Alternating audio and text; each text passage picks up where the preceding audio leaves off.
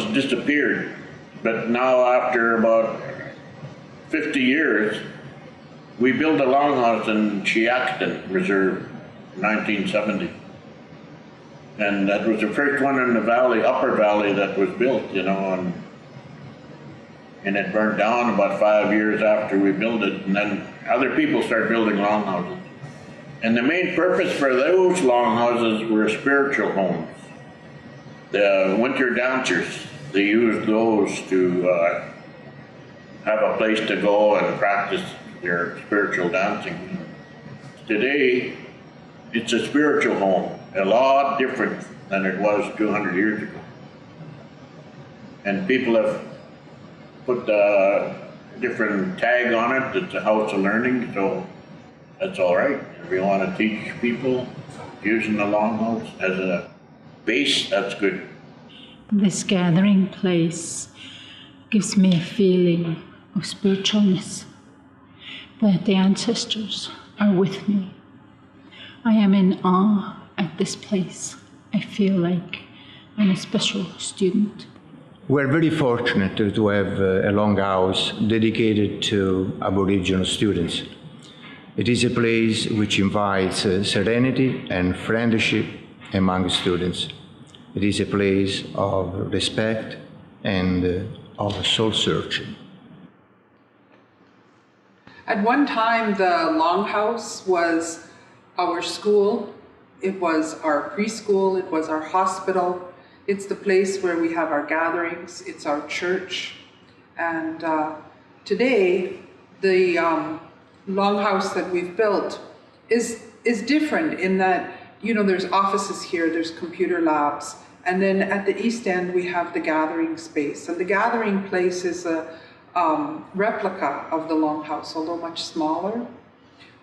It provides for students an opportunity to understand the way that our elders used to teach our parents and our grandparents.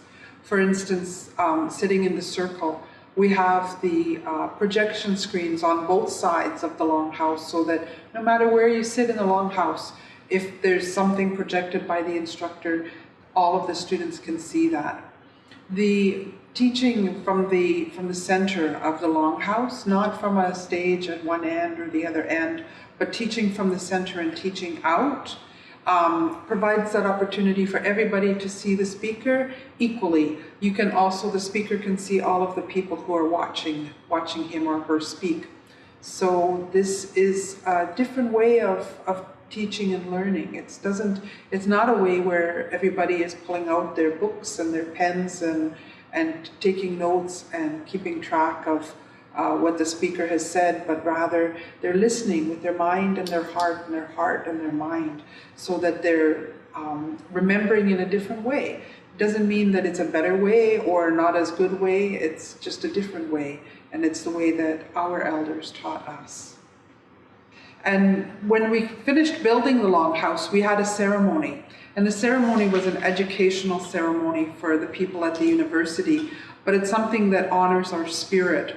And it thanks the people who built the home. So whether they were the people who laid the floor or put in the wood or the glass or installed the other things into the university, particularly the Longhouse, we thank them, we shake their hand, and we give them a gift. And part of the reason for doing this is to lift them up and make them feel good about the work that they've completed. And what it does is it breathes that life into the Longhouse, into the home. We call this our home. And it breathes that life into our home so that we have good feelings and happiness in the home. I'm going to share this song with you. It is a song that all the students, all the First Nation students and faculty are encouraged to learn this song, because this song belongs to the academic community here at UFB. And the song goes like this.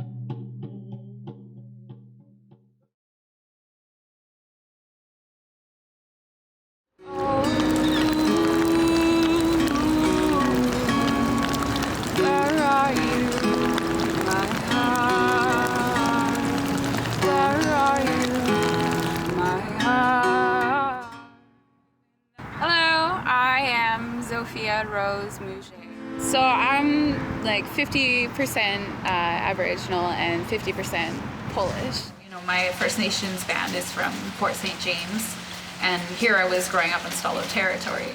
My generation that came before me, my mom and my grandma, and them having a loss of cultural identity. I experienced it too, but not in a way where I was being forcefully withheld from it. It just was something that I had to make more of an effort to seek on my own, and every time I was in it, it was where I wanted to be.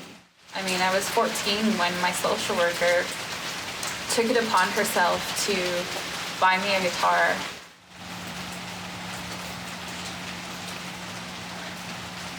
If I didn't have music, I think I would still be spinning my wheels in a lot of ways, just kind of not really knowing where to go, what to do with who I am.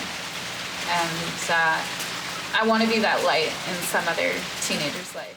There were a lot of times when I felt like giving up, where I felt like I was in purgatory, like I was in such a hellish state, or that I had gone too far, doing the wrong thing over and over and over again, and not knowing what it was that I did wrong, and feeling so uncomfortable with how I looked and who I was, and so at a loss for want of that connection to my culture, that I was quite scared and quite lonely for a very long time, because growing up in foster care is not always easy.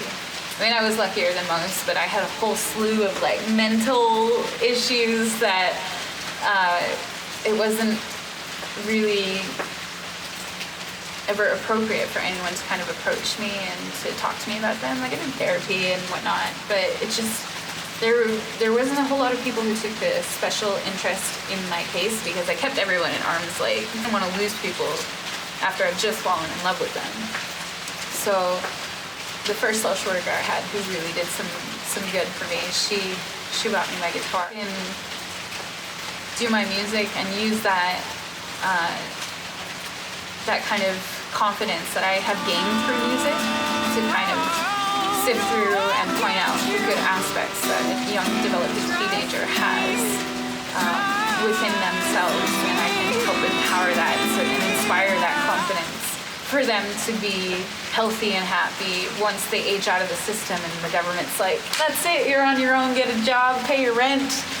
You know, some kids are totally unprepared for that. I was unprepared for that. And if I can be anything like the social workers I've had that were great to some other teenager, I think that I would be very fulfilled in my life. Family name, like, that's the Lucilia frog from the clan. Yeah, so that's a sign that's right over the bridge that takes you into our band lands, which, this is the bridge. And it's so pretty. It is like, see, look at that, it looks like paradise.